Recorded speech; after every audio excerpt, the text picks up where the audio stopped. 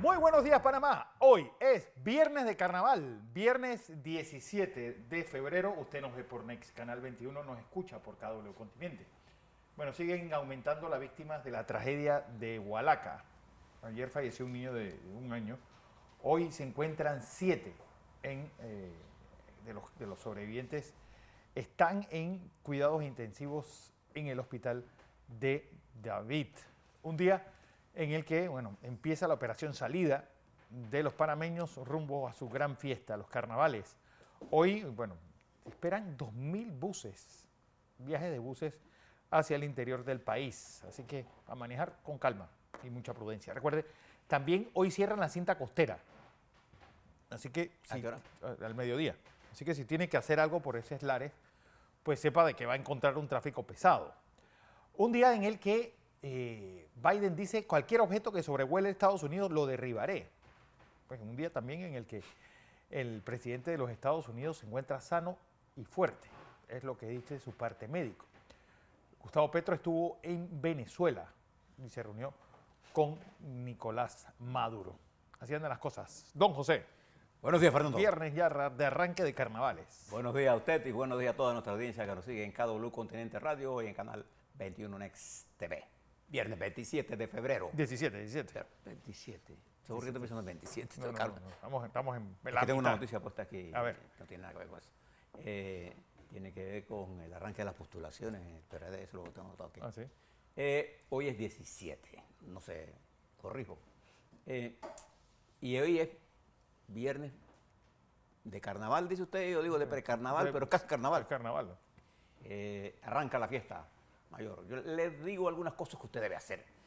Si usted va hacia el interior, y muchos van a viajar, hágalo con calma. Y si usted viene, no se trate de pasar a nadie por el hombro.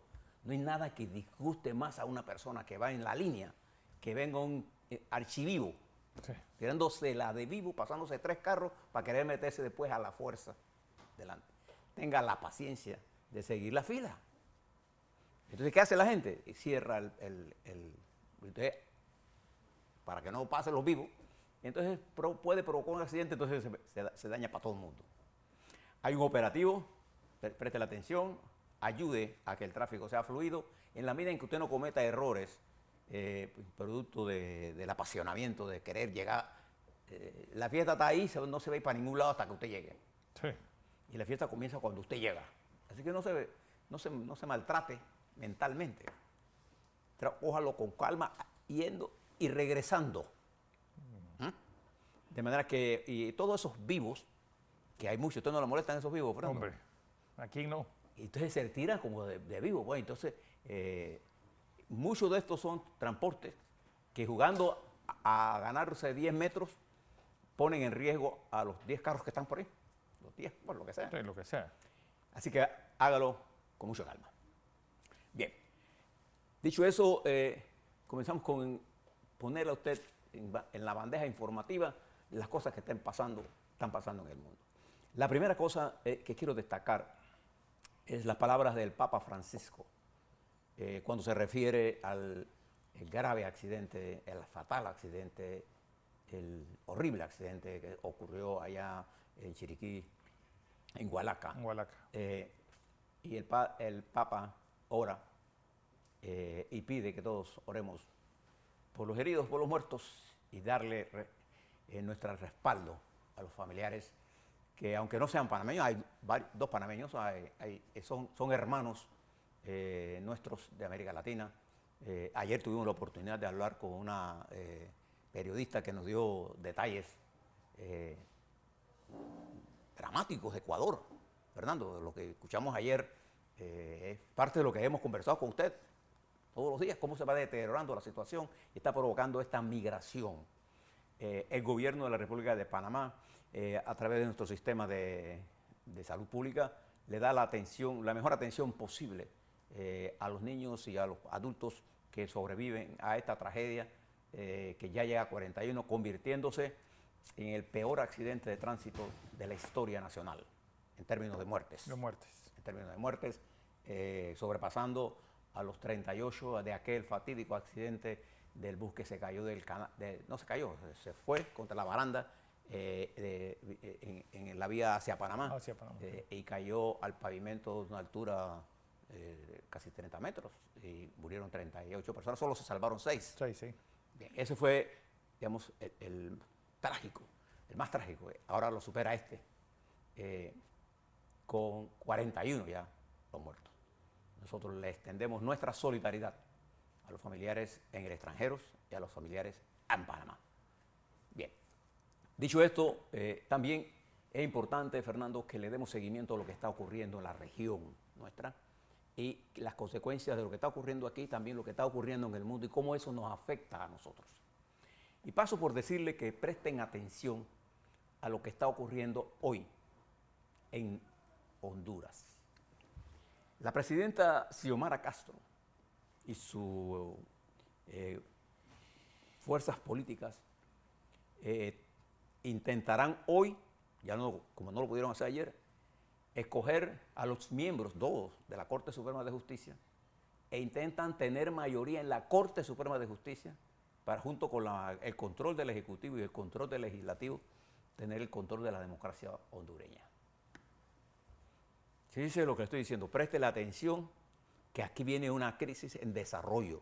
Cada vez que los pueblos pierden la institucionalidad y el equilibrio entre los poderes que está determinado por los niveles de independencia que tengan estos poderes entre sí, aunque trabajen en armónica colaboración, lo que se daña es la democracia. Si usted quiere ver esto está pasando en El Salvador, donde el presidente controla todo. Y entonces él puede hacer lo que le da la gana, incluso violar los derechos humanos de los demás. Entonces mucha gente lo dice, bueno, eso es lo que necesitamos en Panamá. No, nosotros necesitamos en Panamá institucionalidades fuertes. Eso es lo que necesitamos en Panamá. Preste la atención, esto está ocurriendo hoy en Honduras.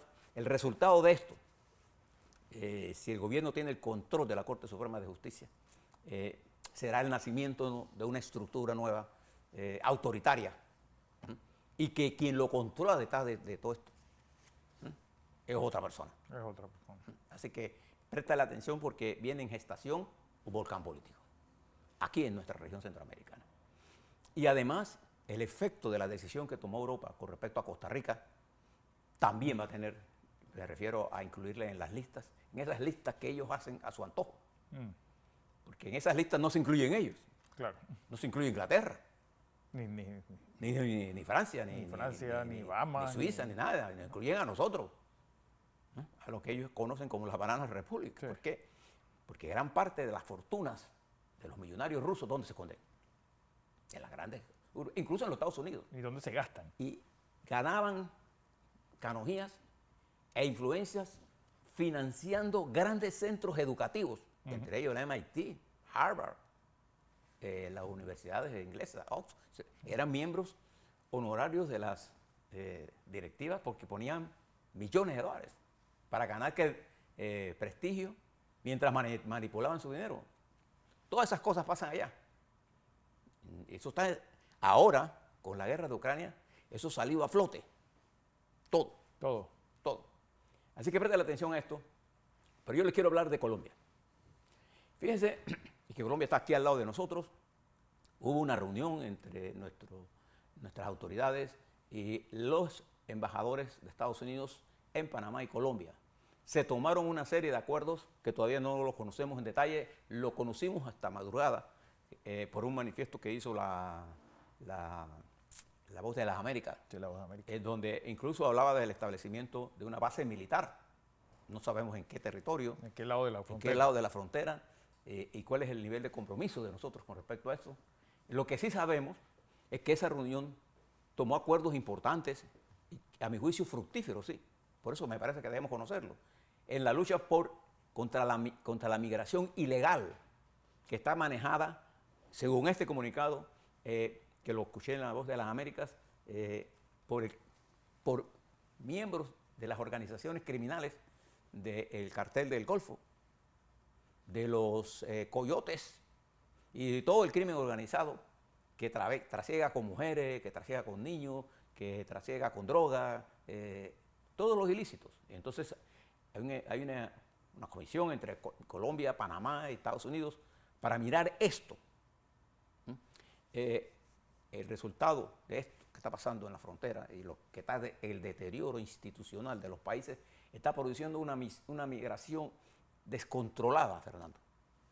Observe que en el accidente de Hualaca, 22 de los 66 afectados y 22 muertos son ecuatorianos.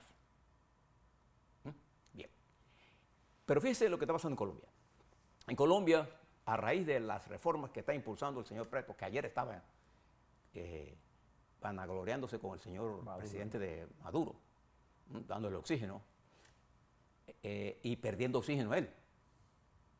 Esto es una transmisión de oxígeno positivo a negativo, quedando negativo el dirigente colombiano, desde el punto de vista del electorado colombiano y desde el punto de vista de la democracia en el mundo. Fíjense lo que está pasando. Hagamos un balance. Las movilizaciones de Petro y de la oposición no sobrepasaron las grandes movilizaciones que precedieron al proceso electoral. Fueron menores. Pero la de oposición fue mayor que la de Petro. De hecho, el acto del presidente se dio en la plaza. El presidente se dirigió a un número limitado de personas, no eran aquellas grandes manifestaciones. Entonces, después de 7 meses de gobierno de Petro, varias cosas han pasado. Uno, el deterioro del presidente ha en aumento. El presidente ha perdido más de 10 puntos de su nivel de popularidad o su índice de gestión. Está en 35, para que ustedes sepan, a 8 meses. Y lo que él está ahora mismo enfrentando, y él sabe que las reformas de salud es muy difícil que él la pueda pasar. Él comenzó el gobierno con una coalición de partidos que le dio una mayoría parlamentaria y que le permitió a Petro pasar una ambiciosa reforma tributaria. Pero con estas leyes, gente de su propia coalición cuestiona que esta reforma sanitaria de salud pública es demasiado fuerte para la estructura social. No se compagina con el aguante de la carrocería social que yo les hablo. Y Petro enfrenta la posibilidad real que dentro de su gabinete no hay consenso para estas decisiones. No hay consenso en el gabinete del señor Petro. Alejandro Gaviria, por ejemplo, su ministro de Salud, su ministro de Educación, la ministra de Salud, que se llama Carolina Corcho, le ha advertido a Petro que es por ahí no la cosa, y los diputados de su coalición le están pidiendo que coja las cosas con calma. Pero Petro apuesta a que él y el pueblo va a legislar. Va a legislar desde la calle. Mire el peligro de lo que le estoy hablando. Esto está ocurriendo en el momento en que él también impulsa simultáneamente otro conjunto de reformas que intenta poner pata para arriba el sistema, sin ver la necesidad de una gradualidad posible, o lo que diría Omar Torrijos, potable para la sociedad colombiana. ¿Y por qué eso es importante para la República de Panamá? Porque en este balance de esto que está pasando con Petro, se está debilitando la estructura política de Petro.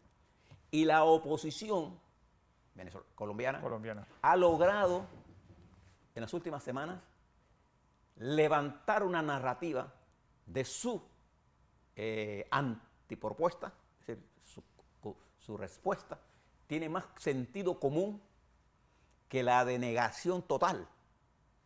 Y entonces se está articulando un discurso en la oposición con mucha más coherencia en medio de las potencialidades amenazas. Y cada vez que Petro se reúne con el señor Maduro, el fantasma del desastre venezolano cae sobre Colombia, y no cae nada más sobre la élite del poder, no, cae sobre todo el mundo.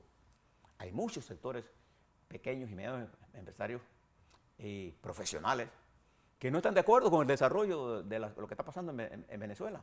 No están de acuerdo. Y que votaron por Petro. ¿Ah? Sí. Y esa gente lo que va a hacer es decir, nos equivocamos. ¿Y por qué yo le cuento esto? Porque este balance que estamos haciendo nos permite entender la complejidad de Colombia para nosotros.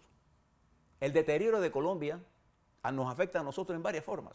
Uno, el sentido positivo. Los grandes inversionistas colombianos vienen a Panamá.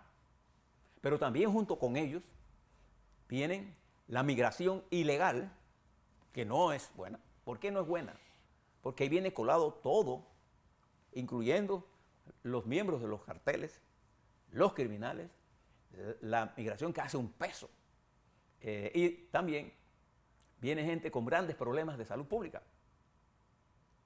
En Colombia hay un problema de la fiebre aviar. Entonces, hay cosas que nosotros no tenemos.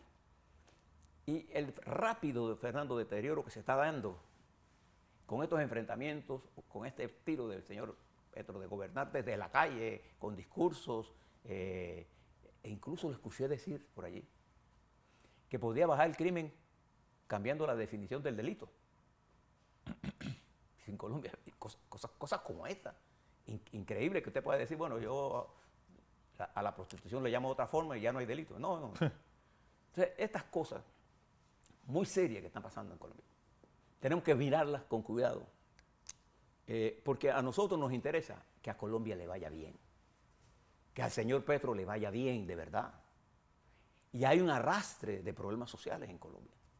Pero estas reformas de las EPS, de lo que se conoce en Colombia como las entidades promotoras de salud, hay cosas buenas de ellas que tendría que rescatar, pero hay reformas que no se hacen de esa forma.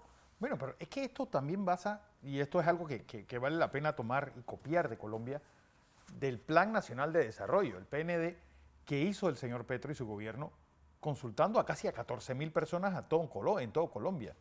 Es decir, la pregunta es, ¿cómo deben hacerse estos cambios? ¿De abajo hacia arriba o de arriba hacia abajo?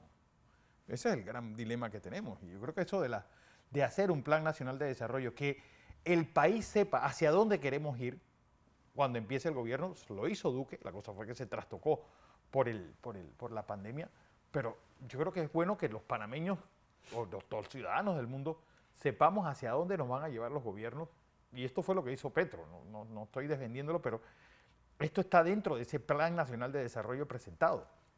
De lo rescatable de lo que está pasando en estos 7 meses en Colombia, es la toma de conciencia de toda la sociedad colombiana de que se requieren reformas en Colombia.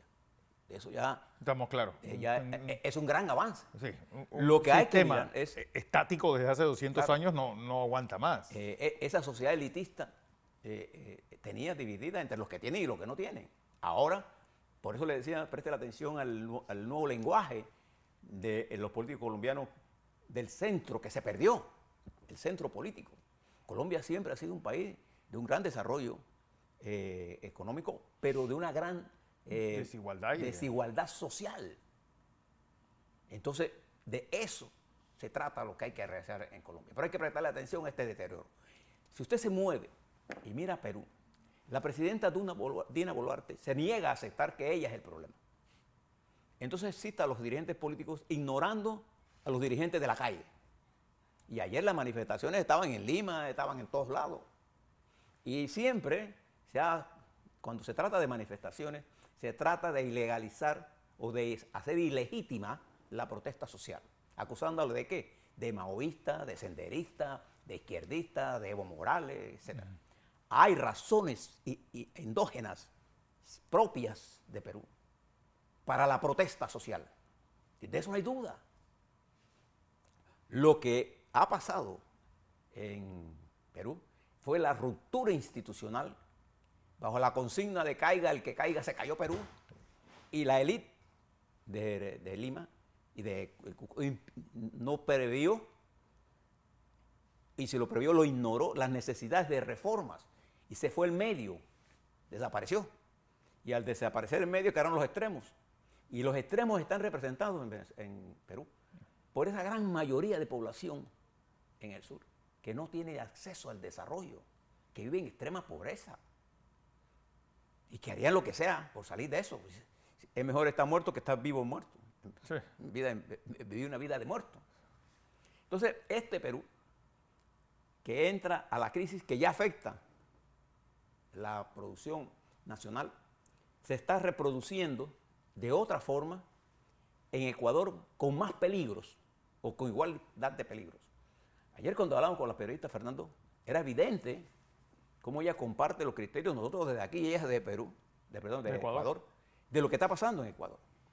El territorio ecuatoriano está siendo dominado cada vez más por el crimen organizado en cualquiera de sus manifestaciones, con dinero, con armas y con gente. Y provoca una migración porque los problemas del mundo ahora, del mercado global, afectan la economía agraria de ese país y las exportaciones de ese país y como consecuencia el empleo se genera en menor calidad. ¿Y qué hacen ellos? En vez de correr para Europa, corren para los Estados Unidos. No, lo que dijo ella, por ejemplo, de cómo la invasión rusa a Ucrania tiene una repercusión inmediata En la compra de productos. la compra de productos. O en la venta de productos ecuatorianos a Rusia y a Ucrania. Flores, por ejemplo. O el incremento de los costos del fertilizante. Entonces, esta globalidad que afecta a Ecuador está afectando parte de la migración ilegal que está viniendo. De la migración. Hay alguna que es ilegal y otra que es ilegal. Porque los coyotes comienzan a vender el mundo de rosas. Sí. Que cuando se llegan al tapón del Darién y explotan a la gente. Entonces nosotros tenemos que hacer un esfuerzo grande con Ecuador para mirar esto, con Perú, porque esa migración están dando. Si usted se va a eso y mira ahora lo que está pasando en Chile. En Chile, los problemas de seguridad son de tal magnitud que el presidente Boric, que votó como senador en contra de todas las medidas para modernizar la policía, para darle equipamiento, para aumentarle el salario, ahora en su discurso de ahora, siendo presidente, quiere volver a eso. Eso es lo que la gente no lo cree. Y eso ha creado en Chile una falta de credibilidad en la capacidad del presidente de poder llevar al país a un puerto seguro. Entonces, la seguridad se ha convertido, que no era en Chile, únale a esa inseguridad los problemas de migración. Igual que pasa en Colombia, los problemas de la devaluación de la moneda. Una de las cosas que más duro le pegó a Petro ha sido la terrible devaluación del peso colombiano. Iniciando el gobierno. Y en Chile, hoy a 7 meses, a menos de un año del gobierno de Boric allá en Chile, la situación es grave, sin hablar del desorden que nosotros tenemos en Argentina y de los problemas en Paraguay, con todas las sanciones que los Estados Unidos ha tomado contra dirigentes políticos de ese país. Si usted mira esto, y ahora se enmarca en la región centroamericana, como le decía al principio, y mira, por ejemplo, la insular. Ayer escuchaba al ministro de Energía cubano decir que en los próximos meses, por lo menos hasta mayo, y probablemente más, habrá apagones en Cuba de un promedio de 3 horas. ¿Por qué? Porque el sistema eléctrico cubano está hecho un desastre.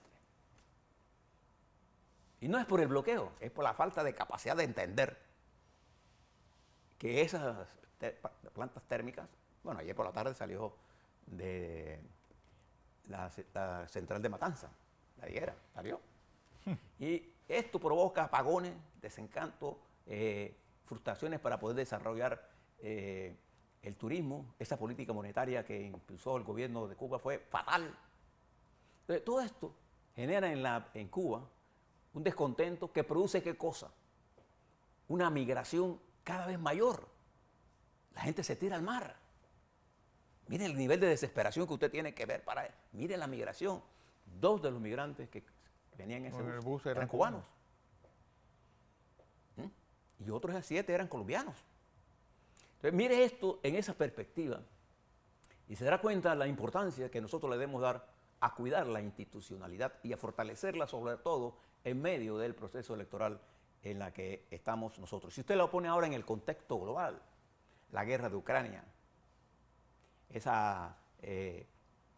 faltan 6 días para que Putin anuncie las medidas y ya se sabe que va a tratar de, en un año, en unos días, demostrar su poder bélico, mientras hipócritamente intenta mandar ayuda a Siria, ciudad que ellos destruyeron. Alepo. País. No solamente Alepo. Porque esa es parte de la teoría militar de Putin. Bombardear hasta llevar a la gente al miedo y a entregarse. Pero ni los rebeldes en Siria se entregaron, ni los ucranianos se van a entregar. Entonces tenemos el mundo empantanado. Y esta confrontación entre los Estados Unidos y China genera un nivel de incertidumbre global y de armamentismo, que lo ve usted en Japón, lo ve usted en Corea del Sur, lo ve en las maniobras que en el Pacífico Sur, en el mar de la China, lo ve en la actitud de China, lo ve en estos el espionaje existió en el mundo. Sí. Pero hay una gran tensión.